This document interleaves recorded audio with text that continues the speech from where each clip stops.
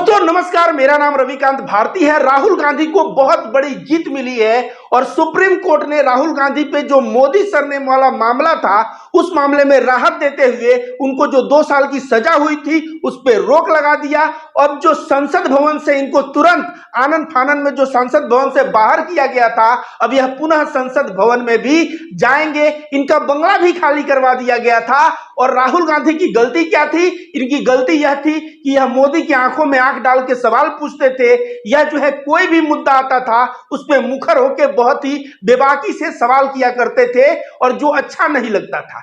कर्नाटक चुनाव के बाद राहुल गांधी ने कहा था कि यह जीत जो है नफरत पे प्रेम की जीत है। तो कहीं ना कहीं आज अंधभक्तों को बहुत मिर्ची लगी है, क्योंकि अंधभक्त जो है वो तो सोचते होंगे कि राहुल गांधी पप्पू है, ऐसा है वैसा है।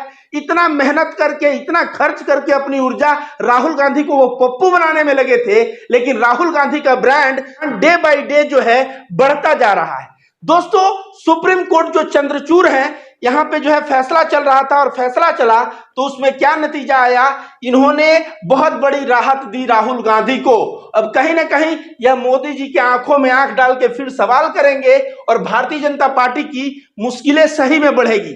देखिए क्या लिखा है, संसद में राहुल की वापसी, क्या बढ़ जाएगी बीजेपी की टेंशन? बीजेपी की टेंशन अवश्य बढ़ेगी। बीजेपी को 2 ही नेताओं से तो बहुत ज्यादा टेंशन होता है। लोकसभा में राहुल गांधी जब बोलते हैं, अदानी मामले पे याद करिए कैसे सवाल पूछ पूछ के हालत खराब कर दिया था। तो लोकसभा में राहुल गांधी से ना भारतीय जनता पार्टी को बहुत डर लगता है। और राज्यसभा में किससे लगता है? संजय सिंह से। आपको पता है मानसून सत्र में संजय सिंह सस्पेंड कर दिए गए हैं।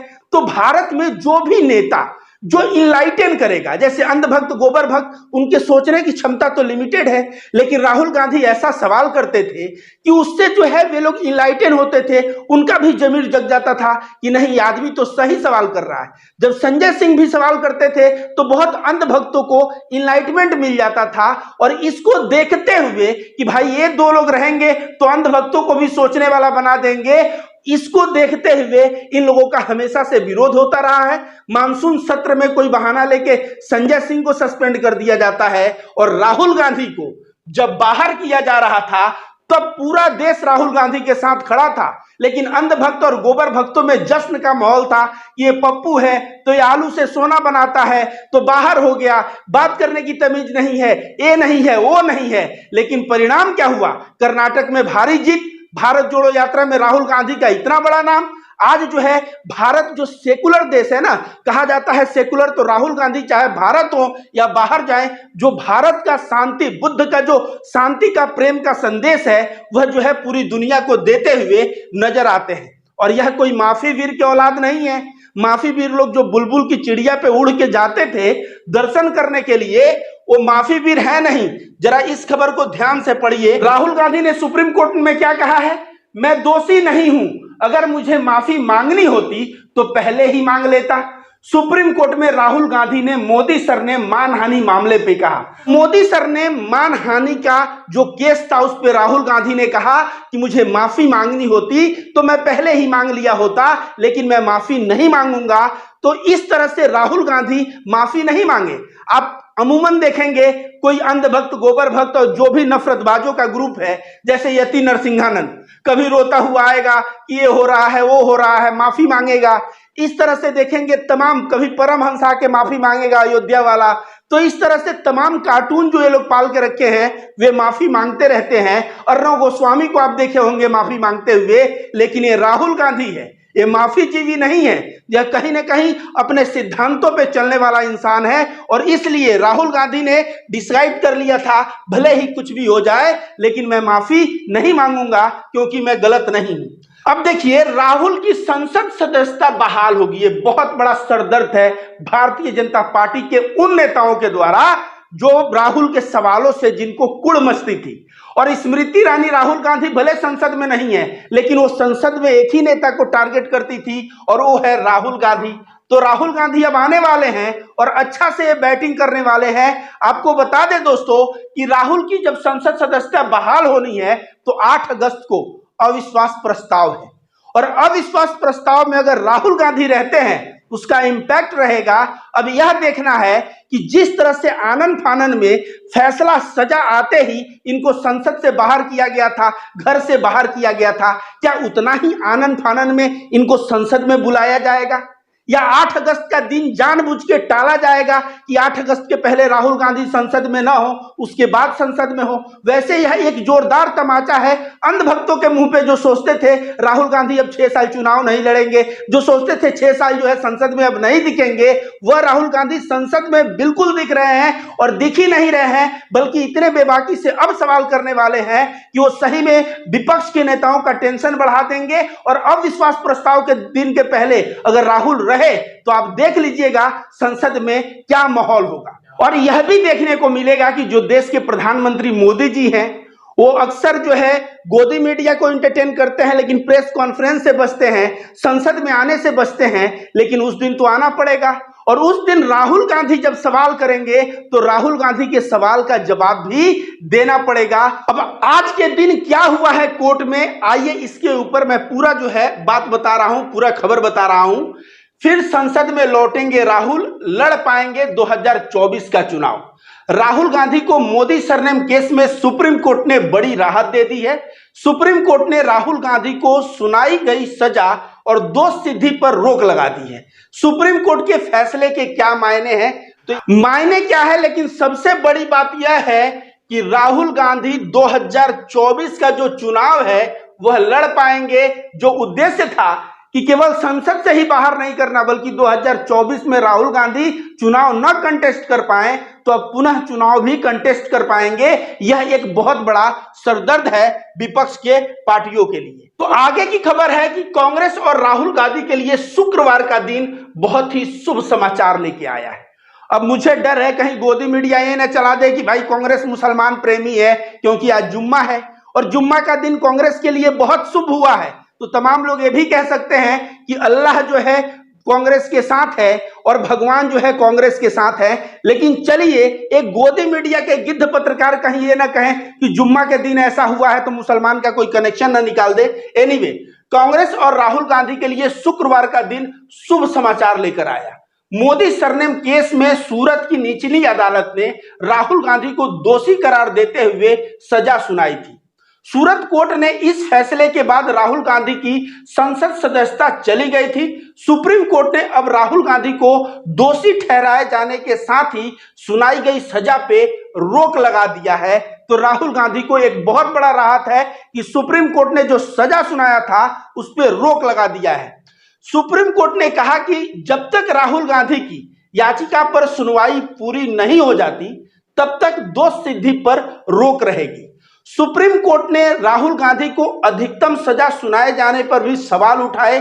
सुप्रीम कोर्ट का यह फैसला राहुल गांधी और कांग्रेस पार्टी और विपक्ष के गठबंधन के लिए कई जो है इसके मायने अहम है। अब एक बात और भी जो यहाँ पे देखिए लिखा है कि सुप्रीम कोर्ट ने यह भी पूछा कि भाई जब मानहानि में 2 साल की सजा है तो मैक्सिमम सजा क्यों सुनाया गया? तो ये 2 साल से अगर 1 दिन का भी कम सजा सुनाया जाता तो हो सकता था कि राहुल गांधी संसद से नहीं निकलते। तो यह सवाल जो है सुप्रीम कोर्ट ने भी पूछा है और उसके बाद सुप्रीम कोर्ट सवाल पूछने के बाद सजा पे रोक लगा दिया और कहीं ना कहीं अब राहुल गांधी संसद भवन में दिखेंगे और भी बेबाकी और भी बोल्ड स्थिति में वह नजर आने वाले हैं। बहाल होगी राहुल की संसद सदस्यता। राहुल गांधी को सूरत की निचली अदालत ने 2 साल की सजा सुनाए जाने के बाद उन्हें लोकसभा की सदस्यता से अयोग्य ठहरा दिया गया था। लोकसभा सचिवालय ने आदेश जारी कर दिया कि 2 साल की सजा सुनाए जाने के ग्राउंड पर राहुल गांधी को संसद की सदस्यता समाप्त कर दिया था। केरला की वायनाड लोकसभा सीट से सांसद रहे राहुल गांधी को सुनाई गई सजा के साथ ही सुप्रीम कोर्ट ने दोष सिद्धि पर भी रोक लगा दिया है। तो दोस्तों यह कितनी बड़ी बात है। और सुप्रीम कोर्ट में एक बात यह आया कि कहीं ना कहीं अगर राहुल गांधी को गलत ढंग से अगर सजा सुनाया जाता है तो यह जो वायनाड की जनता है ना, उनके साथ भी नाइंसाफी है, क्योंकि वायनाड की जनता वोट किया है राहुल गांधी को, एक नेता चुना है और उस नेता को जो है कोई हटा दे पद से और भी बिना प्रमाण के। और यही सब चीज देखते हुए सुप्रीम कोर्ट ने राहुल गांधी के इस चीज पे जो है रोक लगाया और जो है राहुल गांधी अब बहुत बड़े सरदर्द बनने वाले हैं। किसके लिए? भारतीय जनता पार्टी के नेताओं के लिए। हो सकता है कि बड़े बड़े बीजेपी के जो नेता है ना, उनको ढंग से नींद ना आए। तो 16 फिल्म तो आपने देखा होगा जिसमें कहा जाता है कि जब बच्चा रोता था दूर दूर तक तो मां कहती थी बेटा सो जा नहीं तो गब्बर आ जाएगा। तो कहीं ना कहीं अब जो है मोदी जी के सपने में ऐसा आएगा कि भाई सो जा, और नहीं तो राहुल गांधी आ जाएगा और राहुल गांधी ऐसा ऐसा सवाल पूछेगा कि कहीं जो है उसका जवाब देना भारी न पड़ जाए। उसका जवाब हो सकता है आंसर ही न रहे जवाब देने के लिए। एनीवे, सुप्रीम कोर्ट के इस फैसले के साथ ही राहुल गांधी के लिए संसद के दरवाजे कानूनन खुल चुके हैं। वकीलों का कहना है कि सुप्रीम कोर्ट के फैसले के साथ ही राहुल की अयोग्यता समाप्त हो गई है और लोकसभा सचिवालय से सदस्यता बहाली का आदेश जारी होना औपचारिक मात्र है। राहुल को संसद की सदस्यता के अयोग्य करार दिए जाने के बाद अगर वायनाड की सीट पे उपचुनाव हो गए होते तब उनकी सदस्यता बहाल नहीं हो पाती। वायनाड में अभी तक उपचुनाव नहीं हुए हैं, तो वायनाड में कहीं ना कहीं उपचुनाव नहीं डिक्लेयर किया गया था, और उपचुनाव अगर हो जाता तो राहुल गांधी पुनः जो है संसद में नहीं आ पाते। लेकिन वायनाड में अभी तक उपचुनाव नहीं हुआ है, तो राहुल गांधी का समझिए एक तरह से जैसे ही सुप्रीम कोर्ट ने हरी झंडी दिया, उनके फैसले पे रोक लगाया, ठीक उसी तरह से राहुल गांधी के लिए संसद का दरवाजा खुल गया।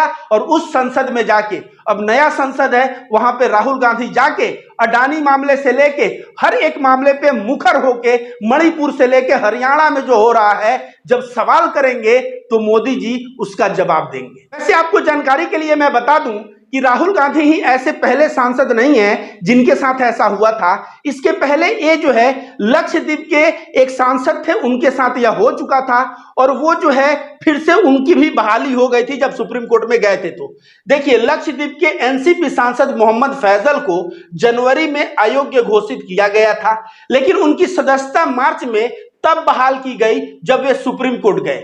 चुनाव आयोग ने वहां उपचुनाव भी घोषित कर दिया था, तो बाद में रद्द कर दिया, और वायनाड के लिए चुनाव आयोग ने तो अभी तक कोई उपचुनाव घोषित ही नहीं किए थे। तो राहुल गांधी का जो कोई नहीं चांस है कि वह संसद में नहीं लौट पाएंगे, बल्कि 100% यह पॉसिबिलिटी है कि Rahul Gandhi he will be back in our parliament and he will ask question to Modi, और मोदी जी अब जवाब दे। और अंत में देखिए राहुल गांधी ने क्या कहा है। जब राहुल गांधी को पता चला कि मेरे साथ ऐसा हुआ, सदा को रद्द कर दिया गया, अब मैं फिर से संसद भवन में जाऊंगा, तो राहुल गांधी ने ना कोई बड़ा लेख नहीं लिखा, 2 शब्दों में बात कही, लेकिन जो बात कही ना वह बहुत बड़ी बात कही। कम व्हाट में my duty remains the same.